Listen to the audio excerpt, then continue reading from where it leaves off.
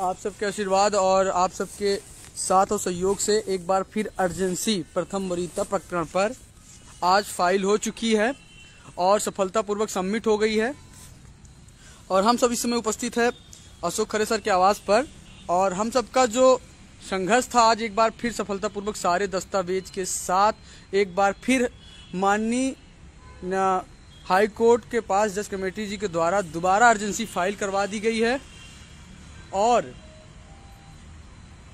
अपनी समस्याओं और आगामी भर्ती पर प्रथम वरीयता लगाने के लिए और साथ ही साथ हमारे केस पर एक बार फिर सुनवाई हो और कोविड प्रोटोकॉल को न देखते हुए हमारे केस पर एक बार लगातार सुनवाई हो और एनसीटी द्वारा जो काउंटर फाइल करने के लिए कहा गया था और बीच में जिस तरह से केस टेकअप नहीं हो पा रहा था, इससे कहीं न कहीं किसी बड़े पहलू पर भी नजर रखना चाहिए हमको आपको कि कहीं ये शासन का हाथ भी हो सकता है या बीएड के विपक्ष का भी हाथ हो सकता है कि केस टेकअप नहीं हो पा रहा है। एनसीटी के जब माननीय न्यायमूर्ति जी ने जब ये कहा कि एनसीटी अपना काउंटर फाइल करे और फटकार भी जब लगाया गया, और जब एनसीटी अपना काउंटर फाइल करने के लिए इलाहाबाद हाई कोर्ट जब पहुंची, उससे पहले ही केस को टेकअप नहीं हो पा रहा था। इससे बहुत सारी चीजें सोचने को मजबूर करती है कि एनसीटी को काउंटर लगाने के लिए कहा गया। काउंटर लगाने के लिए जब काउंटर लगाने आया तब देख रहे केस टेकअप नहीं हो पा रहा है। तो केस टेकअप नहीं हो पा रहा है, इसका मतलब यह है कि एनसीटी काउंटर रखता तो उससे पहले ही हम बिहार का ऑर्डर लगा दिए थे जिसमें एनसीटी ने काउंटर दिया था डीएलएड के पक्ष में। इसलिए अब जब केस टेकअप नहीं हो पा रहा तो हमने जब दोबारा यहाँ पे खरे जी सर से बात किया और सिद्धार्थ खरे से बात किया, मुंशी जी से बात किया, तो ये बताया गया कोविड प्रोटोकॉल की वजह से केस टेकअप नहीं हो रहा। हमने कहा क्यों नहीं हो रहा है कि जो है कोविड की वजह से जो पुराने केसेस है उनको बंद कर दिया गया है और जिसकी वजह से आपके पुराने केसों को जब कोविड प्रोटोकॉल खत्म होगा तब धीरे धीरे करके सुना जाएगा। तो हमने जो है इसके तहत बहुत सारे हमारे साथी नाराज हुए, उन्हें लगा कि केस क्यों टेकअप नहीं हो पा रहा है, क्या हो रहा है क्या नहीं हो रहा है। उसके संबंध में हमने सब जब यहाँ उपस्थित होकर जब हमने इसका हल पूछा गया तो ये हुआ कि एक बार आप अर्जेंसी पुनः लगवाइए। आज अर्जेंसी सबमिट हो गई है। 3-4 दिन के अंदर जो भी होगा आप सबके समक्ष होगा। अर्जेंसी का जज कमेटी केस को दोबारा सुनने के लिए एक बार फिर पुनः विचार विमर्श करेगी। 3-4 दिन के अंदर केस कब टेकअप होगा, कब डेट लगेगी, ये 4 दिन 5 दिन के अंदर जहां तक है आप सबको सूचनाएं सोशल मीडिया पे और याचिका संख्या 4952 रजत सिंह एंड 2 अदर्स पे आपको अपडेट ले सकते हैं। और बाकी ईश्वर का साथ और आप सबका विश्वास एक दिन प्रथम वरीयता पे मुझे जरूर जीत दिलाएगी।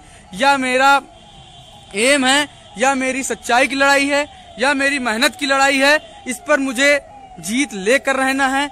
सरकार पर भी दबाव बनाकर रहना है, जमीनी स्तर पे भी दबाव बना के रहना है और कोर्ट न्यायालय प्रकरण पे भी हमें दबाव बनाकर जो हम सब ने लाखों रुपए खर्चा करके एक प्राथमिक भर्ती में शामिल होने के लिए एक अकेली डिग्री डीएलएड को हम सब ने मेहनतों से कड़ी मेहनतों के साथ पूर्ण किया, आज उसका भी हक जा रहा है। इसके लिए हम सब ने पुनः सफलतापूर्वक आज याचिका अर्जेंसी सबमिट हो चुकी है।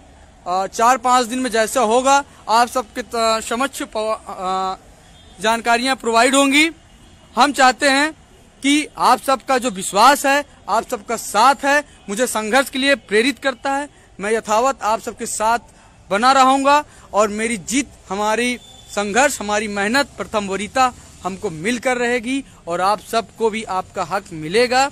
और मैं इसी के साथ आप सबको लाइव इसीलिए हमने दिखाया कि हम सब प्रथम वरीयता के लिए संघर्ष जारी है। सोशल मीडिया से बस हटा गया है तो इसका मतलब ये नहीं है कि हम सब कि प्रथम वरीयता को भूल चुके हैं। बस यही है कि विपक्ष को हम मौका नहीं देना चाहते हैं अगला वार करने के लिए कि विपक्ष संभले। हमारी अर्जेंसी आज सफलतापूर्वक आज जब सबमिट हुई तो हमें लगा कि अब लाइव आकर आप सबको बताना चाहिए, इसलिए हमने आज अर्जेंसी सफलतापूर्वक पूर्ण हो चुकी है और 3-4 दिन के अंदर आप सबको इसका हल निकलेगा। और मैं चाहता हूं कि प्रथम वरीयता के साथ भर्ती आए, और भर्ती के लिए भी लड़ाई होगी। लेकिन जब भर्ती के लिए लड़ा जाता है तो कुछ साथी हमारे प्रथम वरीयता के लिए हमें ट्रोल करते हैं, इसलिए मैं प्रथम वरीयता पे जुटा हुआ हूं और ईश्वर का आशीर्वाद और आप सबका साथ एक दिन मुझे दोबारा एक पुनः जोश के साथ प्रथम वरीयता के लिए अपने सारे दस्तावेजों के साथ उपस्थित होकर लड़ाई लड़ रहा हूं।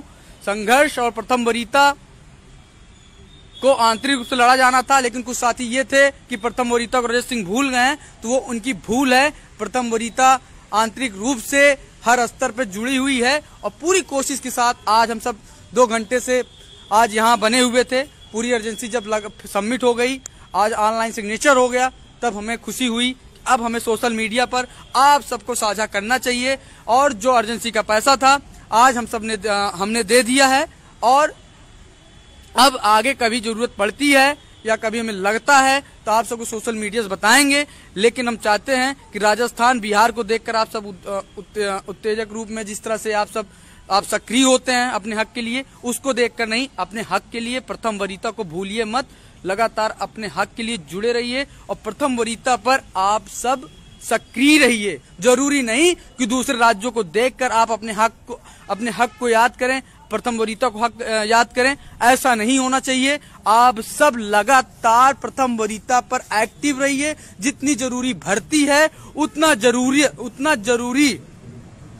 जरूरी प्रथम वरीयता है, क्योंकि हम सब ने 2 साल कड़ी मेहनत के साथ हमने डीएलएड पूर्ण किया है, तो हम सबको चाहिए कि प्रथम वरीयता पर हमारी जीत हो और जीत होकर रहेगी। बस दिक्कत यह है जहां अन्य राज्य राजस्थान है, बिहार है, राजस्थान, उत्तराखंड, वहां पर आप देख सकते हैं, राजस्थान का देख लीजिए, वहां पर जैसे अभी राजस्थान का बहुत लोग हमको बताते हैं कि राजस्थान में बीटीसी को हक मिल गया, तो बताना चाहता हूं वहां कांग्रेस की सरकार है।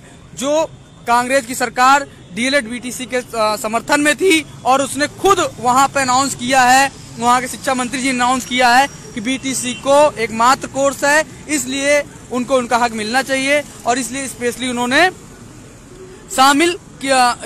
उन्होंने डीएलएड को प्रथम वरीयता के साथ उनको बीएड को शामिल नहीं किया गया।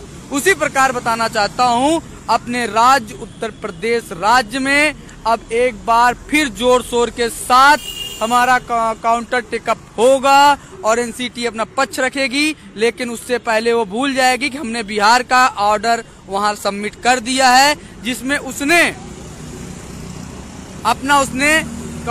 अपनी बातों को रखा है 53 पेज पर। इसलिए आप सबको बताना चाहते हैं कि बस एक बार एनसीटी काउंटर रख देती है तो ईश्वर की दुआ से हम एक बार पुनः प्रथम वरीयता की तरफ जीतेंगे और अपना हक पाके रहेंगे। बाकी धन्यवाद सभी साथियों को जो लोग जुड़े हैं। कृपया करके प्रथम वरीयता की स्पेशल वीडियो को आप सब शेयर कर सकते हैं।